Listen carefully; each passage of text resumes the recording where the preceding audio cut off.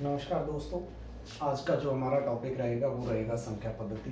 इससे पहले भी नंबर सिस्टम के हम 2 से 3 वीडियो डाल चुके हैं और अभी नंबर सिस्टम के कई सारे वीडियोस आने बाकी हैं। चलिए, तो नंबर सिस्टम में आज हम जो बात करेंगे वो बात करेंगे कि क्वेश्चंस जो आते हैं।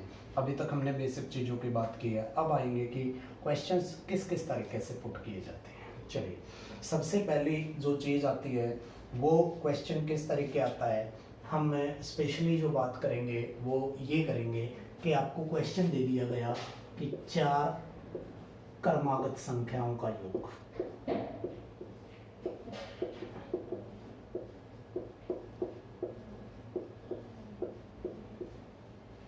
चार क्रमागत संख्याओं का योग 222 है। इनमें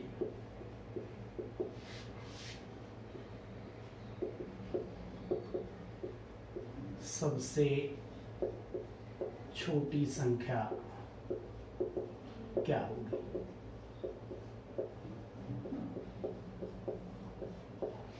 चलिए, जब कभी भी आपके सामने ऐसे क्वेश्चंस पुट होते हैं तो आपने कुछ भी नहीं करना होता, ज़्यादा दुखी होने की ज़रूरत नहीं है।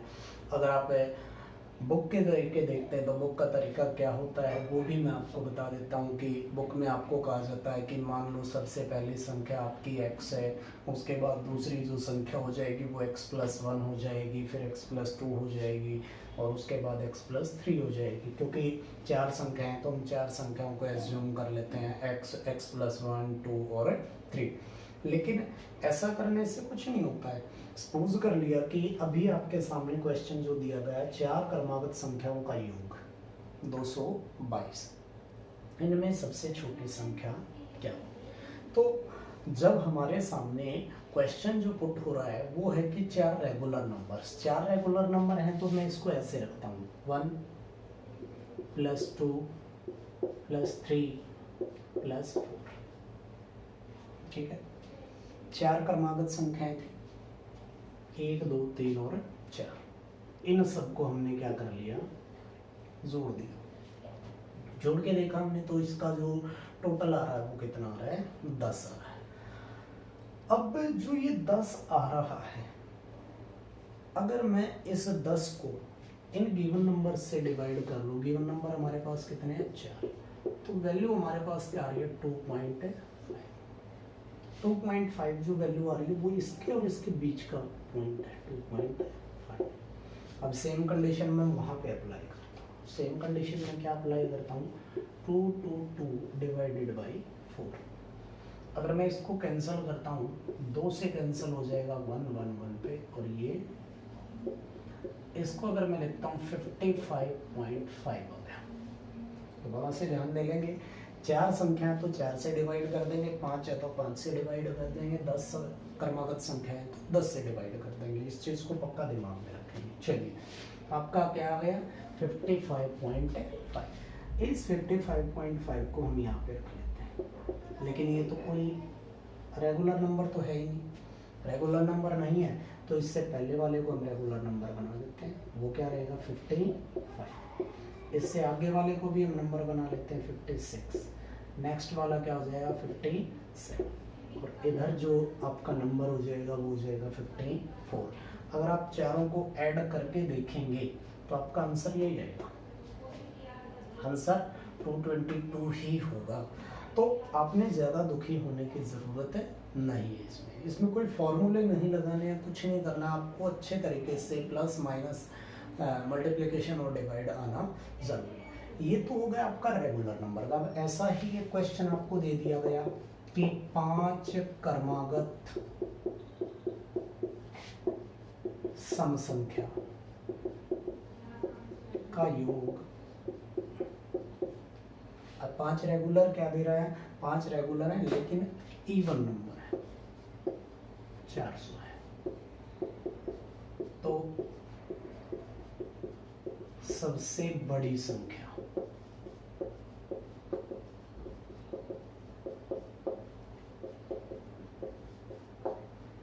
तो सबसे बड़ी संख्या क्या होगी। तो ऐसे में आपने कंडीशन वही रखनी है कि जब 5 रेगुलर क्या करने हैं, आपने सम संख्या लेनी है। सम संख्या तो कैसे लिखोगे, 2 होती है, उसके बाद 4, 6, 8, 10।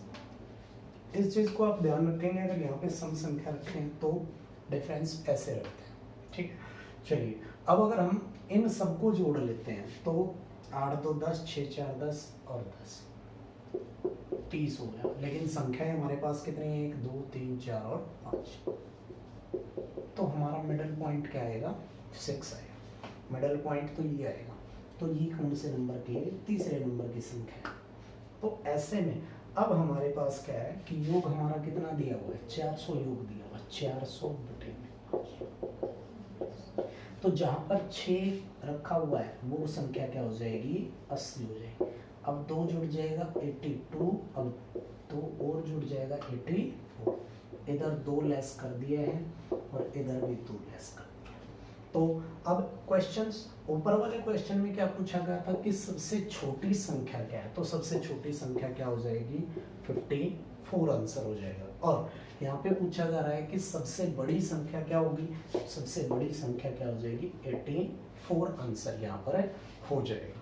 तो आप इन्हीं इसी तरीके से, चाहे वो आपके जो है प्राकृत संख्या या क्रमागत संख्याओं के बारे में पूछ रहा है, चाहे वो सम संख्या के बारे में पूछ रहा है, चाहे विषम संख्या के बारे में पूछ रहा है, तो इससे आप सीधे का सीधा क्वेश्चन कर सकते हैं। लेकिन कई बार प्रॉब्लम्स जो आपको फेस करनी होती हैं, प्रॉब्लम्स आपको फेस करनी पड़ेंगी, वो प्रॉब्लम्स अगले लेवल पर आती हैं। वो प्रॉब्लम्स कैसे आती हैं कि एक पॉइंट में क्वेश्चन है, वो पॉइंट वाले क्वेश्चंस आपको दुखी करते हैं। उसके लिए हम जो है बाद में क्लासेस जो जैसे जैसे आगे वीडियो चलते जाएंगे उन सब में आता रहेगा। अभी ये तो थी हमारी पहली टाइप। अब हम बात करते हैं दूसरी, नेक्स्ट टाइप पे। नेक्स्ट टाइप आपको कोई भी 4 नंबर दे दिए, क्वेश्चन दे दिया आपको कि निम्नलिखित में से,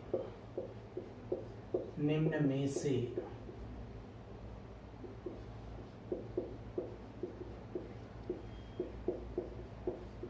कौन सी एक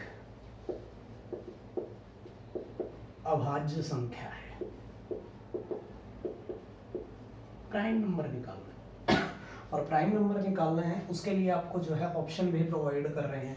ऑप्शन आपको पहला ऑप्शन दे दिया 258, सेकंड ऑप्शन आपको दे दिया 278, थर्ड में आपको ऑप्शन दे रहा हूँ 373 और फोर्थ में आपको ऑप्शन दे रहा हूँ 381।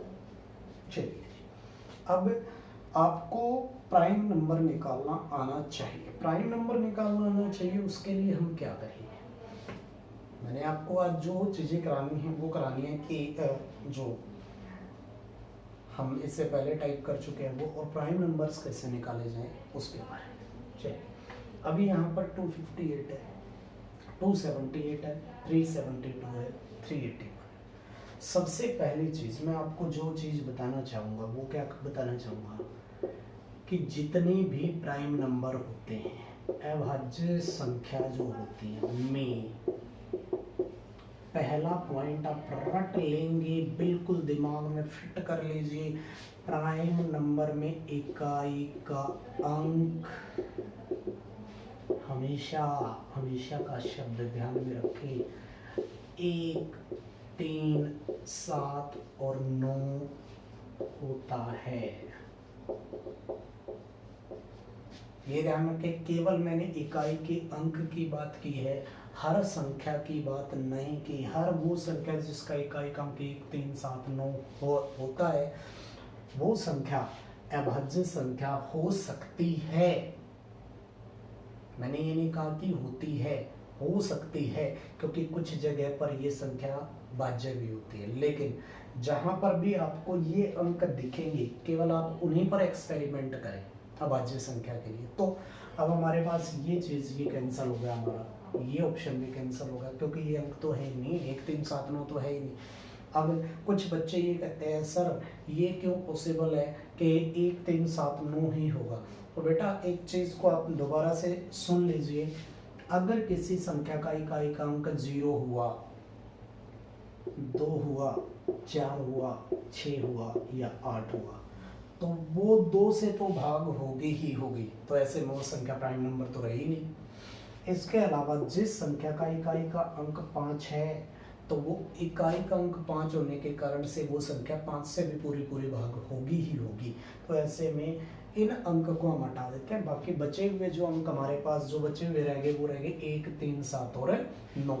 तो अब हम जो चलते हैं वो चलते हैं कि हाँ भाई प्राइम नंबर निकालना है, कैसे निकाला जाए। प्राइम नंबर निकालना है तो सबसे पहली चीज़ तो मैं अक्सर जो प्रॉब्लम बच्चे के सामने आती है मैं वही चीज़ का सॉल्यूशन बता देता हूँ कि आप पहले एक काम कर लीजिए कि जो भी संख्या आपको दी गई है उनके अंकों को जोड़ के देख लीजिए। अंकों को जोड़ के देख लेते हैं हम। 7, 3, 10 और 3, 13। अब इधर 8, 3, 11 और 1, 12। अरे भाई 12 जो होता है 12 तो 3 से डिवाइड हो जाता है, तो ये जो संख्या है ये तो 3 से डिवाइड हो जाएगी, तो इसका मतलब आंसर हमारा ये भी नहीं है और हमारा आंसर क्या आ जाएगा 373 हो जाएगा जी आंसर। लेकिन ऐसे हम कितने सारे एक्सपेरिमेंट कर सकते हैं, इतने सारे एक्सपेरिमेंट करने की कोई भी ज़रूरत नहीं पड़ेगी। मैं आपको एक छोटी चीज़ और भी बता देता हूँ कि आपने केवल और केवल यही देखना है कि हम जब क्वेश्चन कर रहे हैं तो जो दिया हुआ नंबर है उसका अंडर रूट क्या है।